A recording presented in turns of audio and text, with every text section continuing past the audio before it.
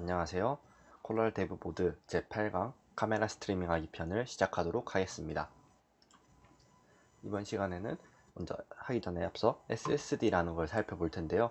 SSD는 싱글샷 디텍터의 약자입니다. 실시간 물체 인식할 때 사용하는 것인데요. SS는 이제 하나의 모델 이름이라고 생각하시면 되겠습니다.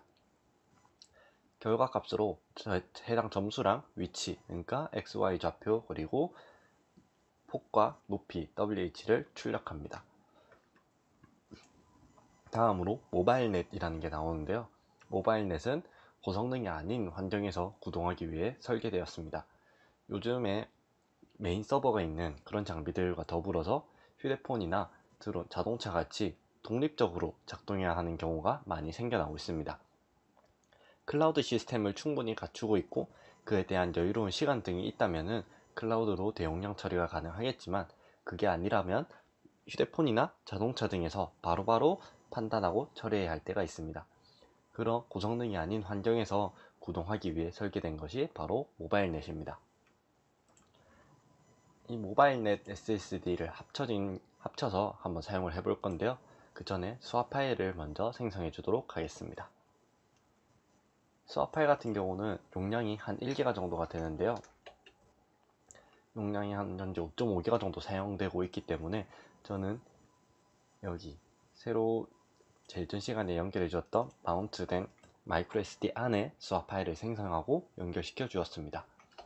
그 해당 쪽으로 연결시켜 주기 위해서는 여기 수화 파일의 경로 앞에 /mnt를 붙여서 작업해 주시면 되겠습니다. 지금 나오는 거는 이미 수화 파일이 생성되어 있기 때문에 이렇게 나오는 것이고요. 권한 설정도 마찬가지로 그냥 수압 앞에 전부 다 mnt를 붙여서 mnt 폴더 안에 수압 파일을 생성해 준다고 보시면 되겠습니다. 이렇게 네, 어차피 뭐 수압 파일이 생성되어 있었으니까 수압 파일이 생성된 것을 확인을 할 수가 있고요. 앞서 말한 모바일넷 SSD를 이용해서 한번 테스트를 해보도록 하겠습니다. 모바일넷 SSD라고 해서 이렇게 나와 있는데요. 뒤에 컨트랑 포스트 프로세서에서 HTPU에 맞게까지 변경된 파일이 있습니다. 지난 시간에 TF라이트 테스트를 하면서 받아왔던 건데요. 이번 시간에는 그냥 디텍트 말고 디텍트 서버로 실행시켜 보도록 하겠습니다. 서버로 실행을 하게 되면은 말대로 서버가 하나 구동이 되면서 해당 서버에서 실시간으로 처리하는 것을 볼 수 있습니다. 그럼 이쪽으로 이동해 주도록 하겠습니다. 네. 이 뒤에 폴더에 TF라이트가 들어있네요. 여기에 보시면은 따로 들어가 있지는 않은데요. 저번에 했던 건 그냥 디텍트 이미지만 사용했었습니다. 근데 기본 명령어로 http detect 서버가 있습니다. 해당 폴더로 들어온 이유는 모델 파일이랑 레이블이 이 폴더에 있기 때문에 이쪽으로 이동을 해준 것이고요. 슬래시로 이동을 해주고 모델은 모델스 폴더 안에 모바일넷 TPU 버전으로 사용하겠습니다. 다음으로 레이블은 모델 안에 그대로 코코 레이블을 사용하도록 하겠습니다.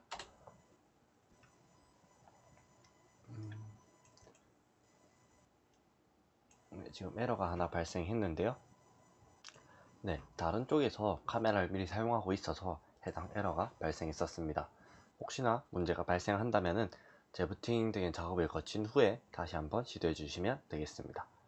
재부팅 후에 이렇게 서버를 이용해서 실시간 모바일넷 SSD를 실행시켜 주도록 하겠습니다. 그러면은 서버가 실행이 되었고요. 웹 같은 경우는 4664번으로 실행이 되고 있습니다. 그러면 하나 파일 창을 열어서 실행해 보도록 하겠습니다. 142에 4로 들어가 줍니다. 그러면 현재 카메라가 보고 있는 화면이 그대로 나오게 되고요. 여러가지 사물들을 실시간으로 인식할 수 있습니다. 예를 들어서 이렇게 컵을 가져다 대면은 확률에 대해서 나오는데요. 확률이 약간 컵이랑 셀폰 왔다 갔다 하는 것 같은데요. 지금 이거는 거의 셀폰으로 인식을 하고 있고요. 실제 셀폰을 가져다 대보겠습니다. 실제 셀폰을 거의 하면 한 90% 이상으로 인식을 하고 있습니다. 아니면 다른 형태의 컵을 가져가고 있습니다. 그러면은 와인 글래스하고 조금 낮은 비율이지만 인식을 하고 있는 것을 볼 수가 있고요. 다시 한번 컵을 시도해 보겠습니다. 이쪽은 또 셀폰이라고 보고 있네요. 여러가지 빛이나 상황 등에 따라서 이렇게 다르게 인식할 수는 있습니다. 이런 경우에는 모델 재교육이나 다른 모델을 사용하는 방법 등이 필요하긴 합니다. 이걸 닫고 이 창을 잠깐 내려두도록 하겠습니다. 이제 우리가 SSD랑 비슷한 것을 한번 만들어 볼 텐데요. 만들기 전에 오픈CV를 이용하도록 하겠습니다. 우리가 지난 시간에 오픈CV랑 플라스크 등을 플라스크는 설치 아직 안 했는데요. 오픈CV는 아마 설치가 되어 있을 것입니다. 일단 작업 중인 폴더로 이동해서 오픈CV를 다시 한번 확인해 주고요. 네, 설치가 되어 있는 것을 확인할 수 있습니다. 그리고 별도의 디스플레이가 없어서 화면을 볼 수 없기 때문에 플라스크를 이용해서 스트리밍 서버를 구축해 주도록 하겠습니다. 먼저 플라스크를 설치를 해줍니다. pip3 install 플라스크로 플라스크를 설치해 줍니다. 만약에 추가적으로 설치할 게 있다면 계속 진행해 주시면 되고요. 플라스크로 서버를 만들어 주도록 하겠습니다. 여기에는 streamer.py라는 파일을 하나 생성해 주고요. 그래서 from flask import flask랑 렌더 템플릿 그리고 리스폰스를 가져옵니다. 밑에 앱은 플라스크 네임과 네임으로 설정을 해주고요. 앱 루트는 들어온 경로를 의미합니다. 그냥 슬래시 하나만 있으면은 최상위 경로로 들어왔을 때 이 함수가 실행이 됩니다. 최상위 경로로 들어왔을 때는 리턴을 해줄 건데요. 여기서 렌더 템플릿 함수를 사용하도록 하겠습니다. index.html로 지정해 줍니다. 아직 만들진 않았는데 index html도 만들어 주도록 하겠습니다. 렌더 템플릿 같은 경우는 html 파일을 이제 보여줄 수 있도록 템플릿 형태로 가져와서 보여준다는 의미가 되겠습니다. 그 뒤에 실행되었을 때 어떻게 실행될 것인지까지 적어주고요. 앱.run 그리고 호스트는 어디서 들어올지 모르니까 일단 0,0으로 모든 호스트 허용을 해주고요. 디버그 모드도 실행시켜 줍니다. 그리고 threaded도 같이 true로 해주도록 하겠습니다. 이렇게 해서 저장 후 나가기를 해주고요. 다음으로 템플릿 폴더를 만들어 줄 텐데요. 템플릿을 하나로 묶어서 관리하는 게 편하기 때문에 템플릿 폴더를 별도로 생성해서 사용하도록 하겠습니다. 템플릿을 만들고 템플릿 폴더로 이동해서 아까 했던 index.html을 열어줍니다. 아무런 적혀있는 게 없겠죠. 제일 기본적으로 출력이 나오는지를 볼 텐데요. 먼저 html로 열고 그 밑에 헤드로 선언을 해줍니다. 그리고 타이틀은 비디오 스트리밍으로 해주고요. 타이틀을 닫아줍니다. 마지막은 아니지만 헤드도 닫아줍니다. 보기 좋게 정렬 해준 뒤 다시 바디를 열어주고요. 바디 안에는 h1으로 비디오라는 텍스트 출력을 해주도록 하겠습니다. 마지막으로 HTML까지 닫으면 완성입니다. 이렇게 해서 나간 뒤에 여기서 아까 만든 streamer.py를 실행시켜 주도록 합니다. 그러면 서버가 실행이 될 거고요. 뒤에 포트가 5000번으로 되어 있습니다. 그렇다면 아까 우리가 만들었던 여기에서 뒤에 포트를 5000번으로 수정해주면 되겠습니다. 그러면 뭔가 들어왔다는 걸 볼 수 있고 비디오라는 텍스트까지 나오는 걸 확인할 수 있습니다. 여기서 이제 이쪽에 카메라를 띄워주도록 할 건데요. 카메라를 띄우기 위해서 streamer.py 파일을 수정해 줍니다. 빔을 이용해서 streamer.py를 열고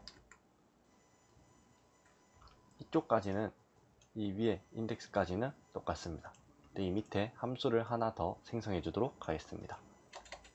여기에 define get frame 그리고 캡처를 열어줍니다. 이 파일은 이제 비디오 CV2를 이용해서 비디오 파일을 가져오는 거고요. 무한 반복을 실행해 줍니다. 여기 안에서는 캡.read에서 열어주고 이 언더바는 무언가 리턴이 있지만은 사용하지 않겠다는 그런 명시적 표현이라고 보시면 되겠습니다. 캡처 파일 이제 이쪽은 캡이 아니라 프레임을 가져와야 하네요. 그리고 이미지를 볼 수 있게 인코드 해줍니다. JPG로 인코드 해주고 프레임 그리고 1번에 해당한 값을 인코드로 리턴합니다. 그리고 1들 이용해서 다음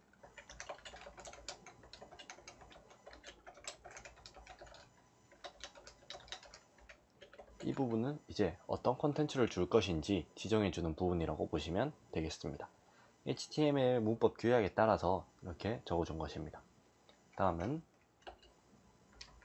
이쪽을 스트링으로 안 바꿔주었네요. 스트링 데이터는 인코드를 to 스트링으로 해서 줍니다. 여기에서 스트링 데이터 n으로 주면은 완료가 됩니다. 마지막에는 delete 캡처를 넣어서 만약에 이 while문이 끝났을 때 delete까지 될 수 있도록 지정해 줍니다.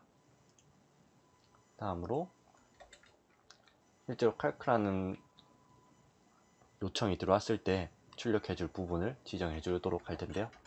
app.root 그리고 calcul하고 함수를 생성해 줍니다. 이 부분은 그냥 리스폰스를 만들어 주는 부분이라고 보시면 되겠습니다.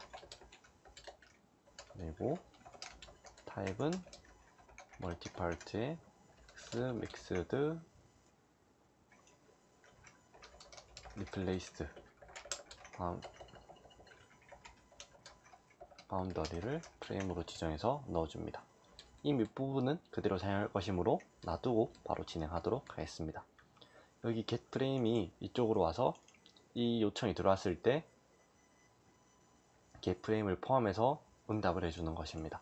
그러면 이 부분을 요청하는 코드도 같이 넣어주도록 하겠습니다. 아까 템플릿 폴더로 이동해서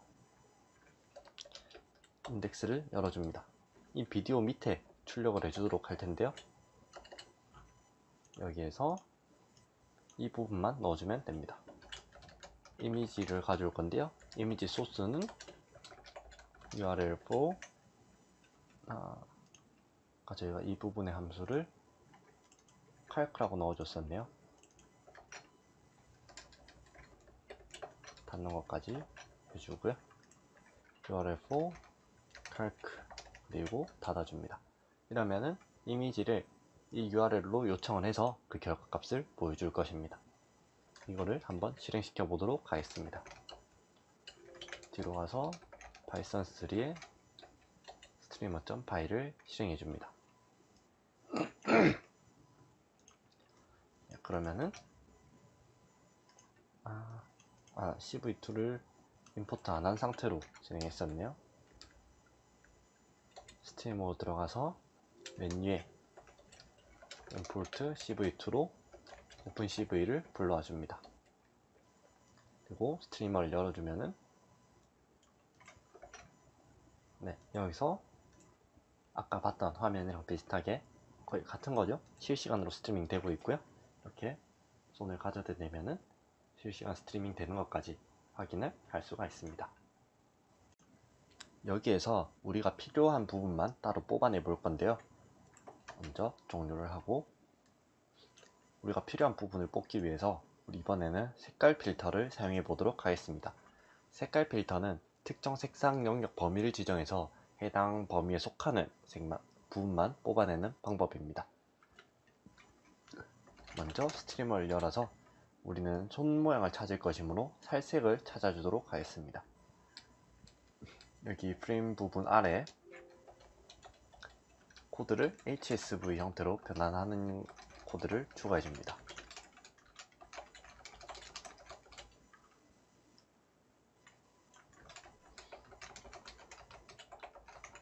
HSV는 밝기, 색, 명도, 채도를 이용하기 때문에 RGB에 비해서는 주변 밝기에 조금 더 유연하게 대응이 가능합니다. 다음 스킨, 그러니까 살색에 대해서 범위를 지정해 줘 볼 건데요. 로우 스킨, 그러니까 낮은 범위는 0, 40, 80, 해당 값은 HSV 값입니다.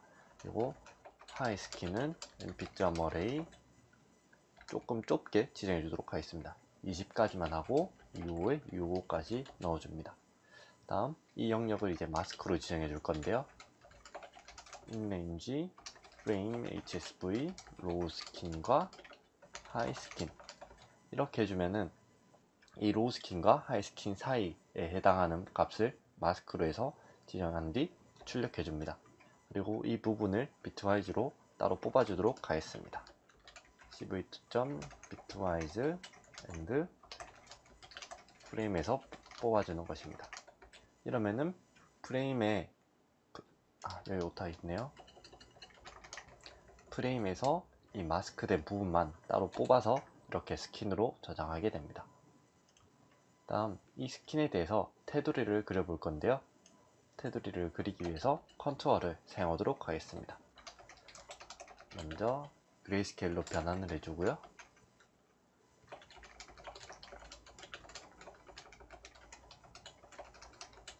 그리고 바이너리화도 진행해줍니다.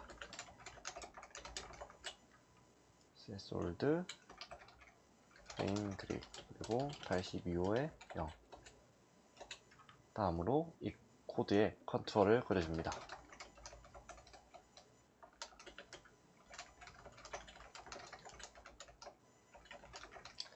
여기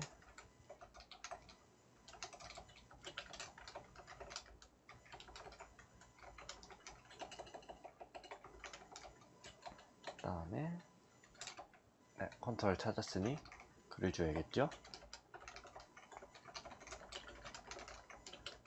-1을 넣으면 찾은 모든 컨투어를 그리게 됩니다. 프레임이 그렸으니까 바로 저장하고 실행해 보도록 하겠습니다. 그리고 여기서 다시 실행해주면 MP가 지정이 안 돼 있어서 에러가 났네요. 맨 위에 import numpy as mp 고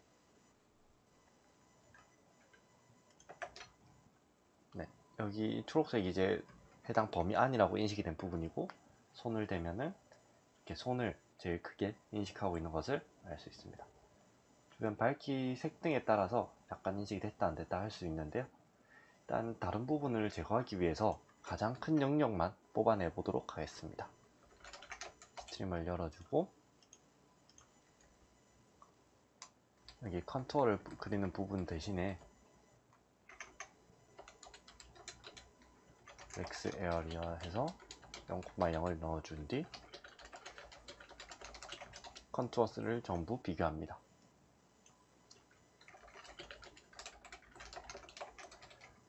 컨투어 에어리어 함수를 사용하면 해당 컨투어의 면적을 계산할 수 있습니다. 그리고 이 면적이 가장 크다면은 사이즈와 좌표들을 저장해 줍니다. 그리고 하단에 이 면적이 0이 아니어야겠죠. 그러니까 무언가 인식이 되면 프레임에다가 좌표를 그려 넣어줍니다. 하나만 그리면 되니까 0번째인 것으로 하겠습니다. 그리고 색도 빨간색으로 변경해 주고요. 다시 실행시켜 주도록 하겠습니다. 다시 실행해 보면은 빨간 이 부분이 지금 제일 크다고 인식이 되고 있는데, 손을 대면 손이 가장 크니까 이제 손을 인식하고 있는 것을 볼 수 있고요. 주먹을 쥐거나 했을 때도, 가위일 때도 이렇게 손을 계속 인식하는 것을 볼 수 있습니다. 이것으로 컨투어 연상까지 마치도록 하겠습니다.